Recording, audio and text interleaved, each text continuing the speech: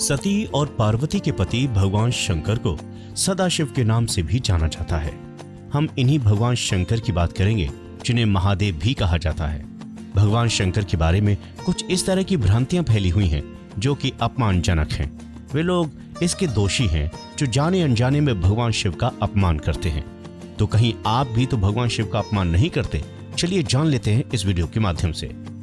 यदि आप भगवान शंकर के भक्त हैं तो आपको ये जानकर सुनकर धक्का लगना चाहिए, क्योंकि भगवान शंकर हिंदू धर्म का मूल तना है, यानी रीढ़ है। रामचरितमानस में भगवान राम कहते हैं कि शिव का द्रोही मुझे स्वप्न में भी पसंद नहीं। अपराधियों का साथी या उसे नजरअंदाज करने वाला भी अपराधी होता है।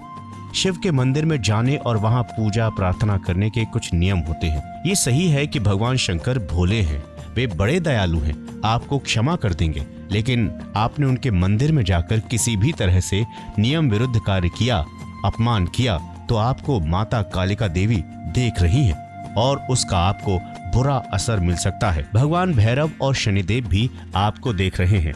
शैव पंथ पर चलना या शिव की पूजा करना कठिन है। ये अग्निपथ की तरह है।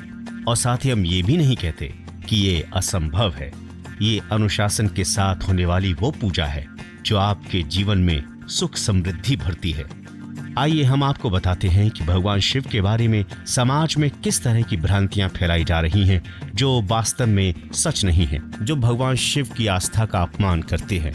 अब सवाल उठता है कि क्या शिवलिंग का अर्थ शिवजी का शिश्न है? ये दुख की बात है कि बहुत से लोगों ने कालांतर में योनि और शिश्न की तरह शिवलिंग की आकृति को गढ़ा और वे उसके चित्र भी फेसबुक और व्हाट्सएप पर पोस्ट करते हैं। उक्त सभी लोगों को मरने के बाद इसका जवाब देना होगा, क्योंकि शिव का अपमान करने वाला किसी भी परिस्थिति में बच नहीं सकता। शिव से ही सभी धर्म हैं और शिव ही प्रलय का कारण भी हैं। दरअसल शिवलिंग का अर्थ है भगवान शिव का आदि अनादि स्वरूप। शून्य, आकाश, अनंत, ब्रह्मांड और निराकार परम पुरुष का प्रतीक होने से इसे लिंग कहा जाता है। जिस तरह भगवान विष्णु का प्रतीक चिन्ह शालिग्राम है, उसी तरह भगवान शंकर का प्रतीक चिन्ह शिवलिंग है। इस पिंड की आकृति हमारी आत्मा की ज्योति की तरह होती है, ना कि किसी अन्य की तरह जिसे आजकल माना जाता है। वायु पुराण के अनुसार प्रलय काल में समस्त सृष्टि जिसमें लीन हो जाती है और पुनः सृष्टि काल में जिससे प्रकट होती है उसे लिंग कहते हैं। इस प्रकार विश्व की संपूर्ण ऊर्जा ही लिंग की प्रतीक है। वस्तुतः ये संपूर्ण सृष्टि बिंदु नाद स्वरूप है। बिंदु शक्ति और नाद शिव, यही सबका आधार है।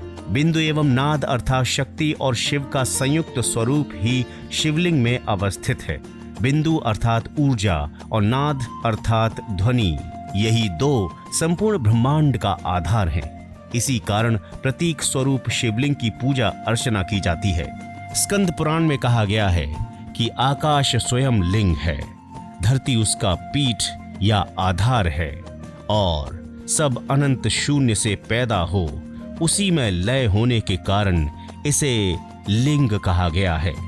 वातावरण सहित घूमती धरती या सारे अनंत ब्रह्मांड गतिमान है का अक्स धुरी ही लिंग है।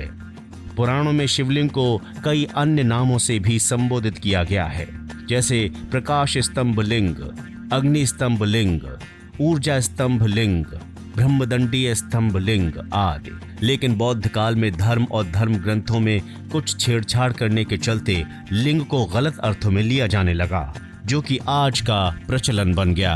ब्रह्मांड का प्रतीक है ज्योतिर्लिंग। शिवलिंग का आकार प्रकार ब्रह्मांड में घूम रही हमारी आकाश गंगा की तरह है। ये शिवलिंग हमारे ब्रह्मांड में घूम रहे पिंडों का प्रतीक है। कुछ लोग इसे यौनांगों के अर्थ में लेते हैं और उन लोगों ने शिव की इसी रूप में पूजा की और उनके बड़े बड़े पंथ भी बनाए हैं।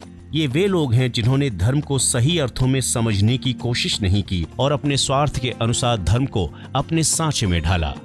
शिवलिंग का अर्थ है भगवान शिव का आदि अनादि स्वरूप। शिवलिंग की दो काया है, एक वो जो स्थूल रूप से व्यक्त की जाए, दूसरी वो जो सूक्ष्म रूपी अव्यक्त लिंग के रूप में जानी जाती है। शिव की सबसे ज्यादा पूजा लिंग रूपी पत्थर के रूप में ही की जाती है। लिंग शब्द को लेकर बहुत भ्रम होता है। संस्कृत में लिंग का अर्थ है चिन्ह। इसी अर्थ में ये शिवलिंग के लिए इस्तेमाल होता है। शिवलिंग का अर्थ है शिव यानी परम पुरुष का आकृति के साथ समन्वित चिन्ह। ज्योतिर्लिंग क्या है? ज्योतिर्लिंग उत्पत्ति के संबंध में पुराणों में अनेक मान्यताएं प्रचलित हैं। वेदानुसार ज्योतिर्लिंग यानी व्यापक ब्रह्मांड लिंग, जिसका अर्थ है व्यापक प्रकाश, जो शिवलिंग के 12 खंड हैं। शिव पुराण के अनुसार ब्रह्म, माया, जीव, मन, बुद्धि, चित्त, अहंकार, आकाश, वायु, अग्नि, जल और पृथ्वी को ज्योतिर्लिंग या ज्योतिपिंड कहा जाता है। तो अगर शिवलिंग को लेकर आपका कोई विचार था तो वो आज निश्चित ही बदल गया होगा। आपको ये जानकारी कैसी लगी जरूर बताएं कमेंट सेक्शन में। नमस्कार।